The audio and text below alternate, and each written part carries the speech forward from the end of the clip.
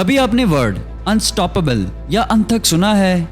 ऐसे लोग जो कभी भी नहीं रुकते, हमेशा कुछ न कुछ करते ही रहते हैं। चाहे उनकी लाइफ में जितनी मर्जी रुकावटें आ जाएं, वो कभी भी हार नहीं मानते, बस अपने काम में लगे रहते हैं। ऐसा नहीं है कि ऐसे लोग नहीं होते, ऐसे लोग होते हैं। बहुत से तो आपके पास ही होंगे। अपने पेरेंट्स को ही देख लें, वो आपकी हर ख्वाहिश पूरी करने के लिए मेहनत करते रहते हैं। वो कभी भी नहीं थकते, दिन रात आपके लिए काम करते हैं। ये तो आपके पास मौजूद हैं। लेकिन आज मैं आपको एक ऐसे आदमी की इंस्पायरिंग स्टोरी बताने वाला हूँ जिसे सुन के आप हैरान रह जाएंगे। आज हम बात करेंगे डेविड गॉगिंस की book never finish unshackle your mind and win the war within के बारे में। ये कोई सेल्फ हेल्प बुक नहीं है, बल्कि डेविड इसमें अपनी लाइफ में आने वाले चैलेंजेस के बारे में बताते हैं कि किस तरह उन्होंने क्या क्या फेस किया और उन्होंने हार नहीं मानी बल्कि उनका मुकाबला किया और एक ग्रेट मैन बने। आज हम देखेंगे कि डेविड ने किस तरह 240 माइल्स रेस जीती, अपने पाँव की सर्जरी करवाई और उसके बाद 444 माइल्स रेस जीती और 1500 माइल्स बाइक चलाई, एक फायर फाइटर बने और प्लेन से 1500 फीट ऊंचाई से जलते हुए जंगल में कूद पड़े। यही नहीं, और भी बहुत कुछ उन्होंने किया और हमें भी उनकी बुक से बहुत से लेसन मिलते हैं। तो चलिए उन लेसन्स को सीखते हैं। डेविड आज जो कुछ भी हैं, वो अपनी मेहनत, लगन और डेडिकेशन की वजह से हैं। डेविड आज एक motivational speaker, ultra marathon runner और बेस्ट सेलिंग ऑथर हैं। वो बचपन में बिल्कुल भी ऐसे नहीं थे। उन्होंने अपनी लाइफ में बहुत परेशानियां देखी। उनके फादर जब वो छोटे थे तो उन्हें बहुत मारा करते थे। वो डेविड की माँ पे भी हाथ उठाते थे। उन्होंने 8 साल की उम्र में अपने शराबी बाप को छोड़ दिया था। वो अपनी माँ और भाई के साथ इंडियाना आ गए थे, लेकिन घर छोड़ने से उनकी मुश्किलें खत्म नहीं हुई थी। उनकी स्कूल में परफॉर्मेंस कोई अच्छी नहीं थी। वो चीटिंग करके पास हुआ करते थे। जब वो 24 साल के हुए तो वो बहुत मोटे और डिप्रेस्ड हो गए थे। उन्हें लगता था ये सब उनकी बाप की गलती है और वो उनसे नफरत करने लगे थे। वो इतना फ्रस्ट्रेटेड हो चुके थे कि उन्होंने फैसला किया कि अब वो अपने शैतान जैसे बाप से खुद सामना करेंगे। वो अपने बाप के पास वापस घर गए। वो घर पुराना हो चुका था, लेकिन वैसा ही था। उन्हें वो सब देख के पुरानी बातें याद आने लगी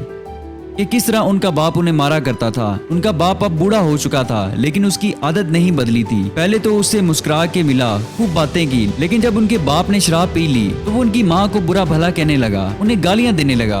डेविड को लगा था कि वो उसे माफी मांगेंगे, लेकिन ऐसा कुछ नहीं हुआ। डेविड का दिल चाहा कि वो अपने बाप को एक जोरदार मुक्का मारे। उन्हें बहुत गुस्सा आ रहा था, लेकिन वो वहाँ से वापस आ गए। डेविड की लाइफ का वो टर्निंग पॉइंट था। उन्होंने ये सोचा कि अब जो भी करना है उन्हें खुद ही करना होगा। इसमें उनके बाप की कोई गलती नहीं थी, क्योंकि उसने उन्हें 8 साल की उम्र में छोड़ दिया था। इसके बाद डेविड ने बहुत मेहनत की और अपनी लाइफ में बहुत कुछ अचीव कर लिया। उन्हें पता चल गया था कि उन्हें अपनी जिम्मेदारी खुद लेनी होगी, वरना वो हमेशा लूजर ही रहेंगे। उन्होंने वर्ल्ड रिकॉर्ड भी बनाया और द अमेरिकनिज्म अवार्ड भी जीता। उन्होंने अपनी बुक कांट हर्ट मी भी खुद पब्लिश की, क्योंकि बाकी सब पब्लिशर्स ने उसे रिजेक्ट कर दिया था। वो न्यूयॉर्क टाइम्स की बेस्ट सेलिंग बुक बन चुकी थी। डेविड को लगा कि उनकी परेशानियां खत्म हो चुकी हैं, लेकिन जिंदगी बहुत बेरहम होती है। एक दिन जब वो अपनी गर्लफ्रेंड क्रिश के साथ क्रिसमस मनाने उसकी फैमिली के पास जा रहे थे तो उन पे एक मुसीबत आन पड़ी। उन्हें क्रिसमस का कोई खास क्रेज नहीं था, क्योंकि वो बचपन में क्रिसमस नहीं मनाया करते थे। वो अपनी माँ के साथ काम किया करते थे, इसलिए उन्हें अब वो बातें याद आ जाती।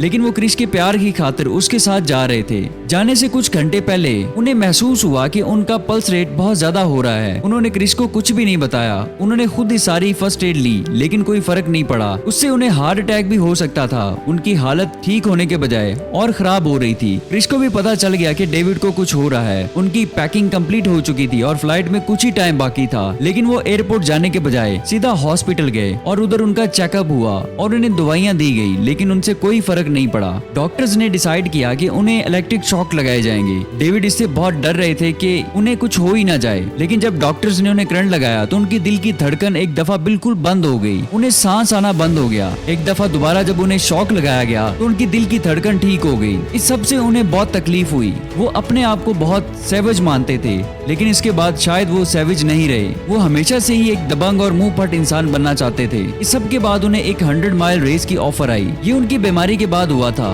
वो चाहते तो मना कर सकते थे, लेकिन उन्होंने सोचा क्या मैं इसलिए पैदा हुआ हूँ कि हार मान लूं। उन्होंने हार नहीं मानी और अपनी ट्रेनिंग शुरू कर दी। उन्होंने अब क्रिश को मना कर दिया कि वो किसी भी पब्लिक स्पीकिंग में नहीं जाएंगे और सारा टाइम प्रैक्टिस को देंगे। वो जुलाई में जब टेम्परेचर 100 डिग्री भी होता तब भी अकेले तपती धूप में सड़क पर भाग रहे होते थे। एक दिन एक गाड़ी उनके पास आके रुकी और उनसे कहा कि मैंने आपको पहचान लिया है, आप डेविड गॉगिंस है ना, लेकिन आप इतनी गर्मी में भाग क्यों रहे हैं? उन्होंने जवाब दिया क्योंकि आप नहीं भाग रहे, और फिर भागने लगे। उन्हें लगा कि वो फिर से सैवेज बन चुके हैं। वो इस रेस में शामिल हुए लेकिन उन्हें डायरेक्शन की समझ नहीं आई और वो हार गए। अगले साल फिर से उस रेस में शामिल हुए और जीत गए। इसके बाद उन्हें पता चला कि उनकी नी में कुछ प्रॉब्लम है और उन्हें ऑपरेट करवाना पड़ेगा। वो इससे नहीं डरे और सर्जरी करा ली, लेकिन उस सर्जरी में कुछ कॉम्प्लिकेशंस आ गई और उनका चलना भी बहुत मुश्किल हो गया। उन्हें अपनी आंखों के सामने अपनी जिंदगी का मकसद डूबता नजर आ रहा था, लेकिन उन्होंने दुनिया के बेस्ट सर्जन से दोबारा सर्जरी करवाई और कुछ बेहतर हो गए। इसी सर्जरी के बाद उन्होंने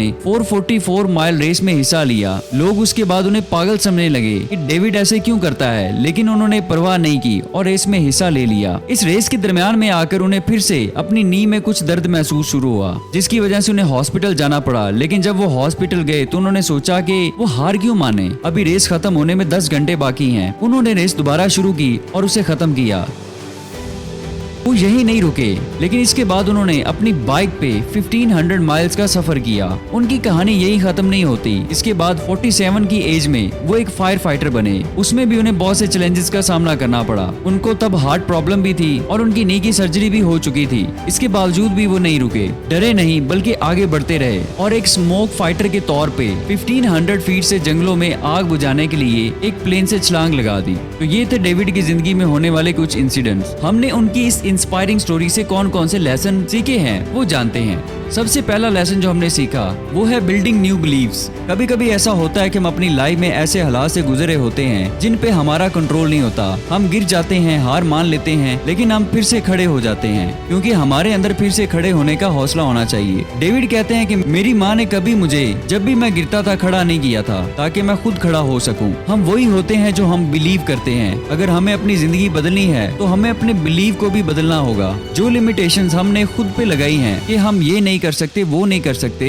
हमें ये चीजें खत्म करनी होंगी। हमें कभी भी हार नहीं माननी होगी। हमारी एग्जाम्पल बिल्कुल सीड की तरह है। जो सीड्स नरम जमीन पर गिरते हैं उन्हें सही रोशनी और खाद मिलती है तो वो आराम से फल या फूल बन जाते हैं, लेकिन जो सीड्स सख्त जमीन पर गिरते हैं उन्हें बढ़ने के लिए मेहनत करना पड़ती है। इसी तरह अगर हमारी जिंदगी में मुश्किलें हैं तो हमें अपनी विल पावर को स्ट्रॉन्ग करके मेहनत करनी होगी। Lesson number 2, live with the sense of urgency. जिंदा रहना मुश्किल काम नहीं है, बल्कि जिंदा रह के जीना मुश्किल काम है। इसके लिए हमें मेहनत और डेडिकेशन की जरूरत होती है। जिंदगी ना हम पे कभी रहम करती है और ना वो ये देखती है कि हम कितने अमीर हैं या हमने ये मुकाम हासिल करने के लिए कितनी मेहनत की है। अगर आप उस वक्त 7वें आसमान पे भी हों तो अगले ही लम्हे वो आपको जमीन पे गिरा देगी। इसलिए आपको अपनी जिम्मेदारी खुद लेनी होगी। किसी को भी ब्लेम नहीं करें। जो करना है वो आपने खुद ही करना है। आपके पास टाइम नहीं है। लाइफ एक अल्टीमेट कंपटीशन है। इसमें हिस्सा लें और खुद को मनवाएं कि आप सब कुछ कर सकते हैं। Lesson number 3, fear and anger are the most powerful weapons. आप अपने पास हर चीज को इस्तेमाल कर सकते हैं। आपका गुस्सा और खौफ भी आपके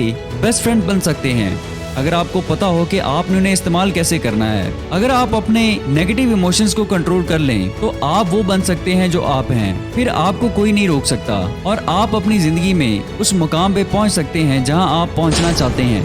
डेविड को जब पता चला था कि उसने रेस में गलत डायरेक्शन ले ली है तो उसे बहुत गुस्सा आया था, लेकिन उसने उसे कंट्रोल किया और रेस जीत भी गया। Lesson number 4, bring out your savage.